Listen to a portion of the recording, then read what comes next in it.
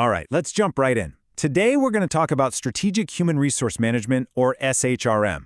And really, it's all about how HR has to be this expert navigator for the entire company, steering it through all these powerful and, frankly, unpredictable forces happening in the world outside. This quote really just hits the nail on the head. Think about it. HR leaders are the captains of the ship. They're not just down below managing the crew, they are up on the bridge, constantly scanning the horizon, trying to read the weather, and charting a course through an environment that is just always changing. Their whole job is to get the ship, the organization, where it needs to go, safely. So every single company is living in two worlds at the same time. You've got the internal environment, that's everything inside the ship, right? The culture, the policies, maybe even unions. But then you've got the external environment, and that's everything else. The huge open sea of economic trends, political shifts, and massive technological waves. Now, the internal stuff is super important, but for today, we're focusing on those external forces because they are fundamentally reshaping the entire world of work as we know it. Let's start with the big, foundational forces that have pretty much always shaped HR strategy. These are the classics, the economic and political levers that companies have had to deal with for decades. You could say they form the very bedrock of that external environment. Okay, first up, the workforce market. This is just basic supply and demand for talented people. A company's ability to hire the right folks really depends on the available pool of candidates, and that pool is shaped by three big things: what profession we're talking about, where in the world you're hiring, and of course, what your competitors are doing to snatch up that same talent. Now, if we zoom out to the bigger picture, we've got national income. The overall economic health of a country, what the average person makes, it sets the baseline for what people expect to get paid. It's exactly why a pay strategy that works great in one country can't just be copied and pasted into another. The entire salary structure has to be grounded in that economic reality. And then there's the one we're all feeling: inflation. When the cost of everything goes up, there's this immense pressure on employers to raise salaries just so people can afford to live. And the example here from India is fascinating.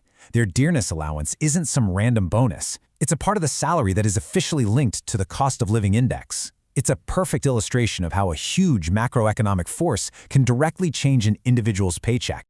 Okay, shifting gears from economics to politics.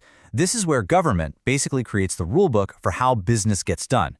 You've got the legislature, they're the ones writing the laws. You have the executive branch, they enforce those laws. And then there's the judiciary, which is kind of like the referee, making sure all the laws are fair and constitutional. So, what does that rulebook actually look like for HR? Well, it means HR has to operate within these really strict legal guardrails. And these are not suggestions, they're mandates. They cover the whole shebang: anti-discrimination, employee safety, working conditions, how you deal with unions, all of it. These laws are a direct result of the political climate, and they dictate so much of what HR can and can't do. So we've covered the classic forces, but here's the thing. In the last few years, the pace of change has just gone into hyperdrive, and that's thanks to a whole new set of forces, what we're calling the modern accelerants of technology and society. These are the winds that are really picking up speed and changing the direction of the ship fast. 81%. Just look at that number. What massive shift in our society do you think that represents? Just let it sink in for a moment. Yep, that's the projected adoption rate for hybrid work. This isn't just a cool perk anymore, it is a fundamental shift in what we all expect from work-life balance and flexibility. And for HR, this changes absolutely everything, from how we collaborate, to company culture, to how we pay people and measure performance. Okay, here's another one for you. $15.4 billion. Seriously, think about that. What powerful societal trend do you think is driving that level of investment around the globe? That's how big the global market for diversity, equity, and inclusion initiatives is projected to be. This number tells you everything you need to know. DEI has officially moved from being a nice social idea to a core business imperative, all driven by society's changing expectations. It's another huge external force that strategic HR has to build right into its mission. And now for the biggest, most powerful accelerant of them all, technology. And really the question on everyone's mind is a simple one, but it's a profound one. Are you ready for what's coming? Because generative AI isn't science fiction anymore, it's already here, and it's already changing HR. We're seeing it used to write perfectly tailored job descriptions by analyzing huge amounts of data. It's building virtual assistants that can handle all the routine questions, which frees up HR pros to do more important strategic work. This isn't some future trend, it's happening right now. So you've got these classic slow-moving forces and these new, super-fast modern accelerants, and they're all slamming into organizations at the same time. What this does is it creates a brand new, really complex challenge for HR leaders. They now have to navigate all these internal tensions, these paradoxes that this new world creates. Okay, tension number one, fit versus flexibility. For decades, the whole goal was to get your HR systems to perfectly fit a stable, long-term business plan. But in a world that's constantly changing, a system that's too rigid will just snap. The new demand is for flexibility, being able to pivot and respond to whatever the world throws at you. It's a real balancing act. Next up, commitment versus control. Look, on one hand, you want to build this incredible culture of commitment, where people feel empowered and trusted. But on the other hand, every business needs some level of control, right? For efficiency, for legal compliance. The secret isn't picking one. It's about finding that perfect balance, where your control systems actually enable more commitment instead of squashing it.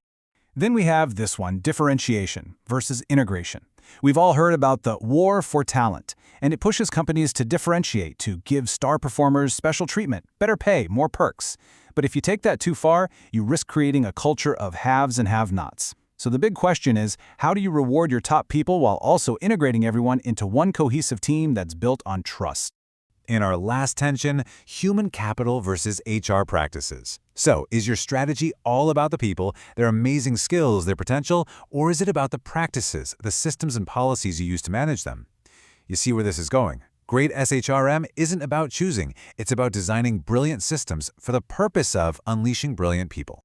Which brings us to our final thought for today. As all of these external forces, the economic ones, the political ones, the social and technological ones, as they all keep picking up speed, the ultimate question for any company is this: is your HR strategy just built to react to all the changes as they come? Or is it being designed to revolutionize, to actually anticipate change, to adapt to it, and to turn these uncharted waters into your greatest competitive advantage? Thanks for joining me.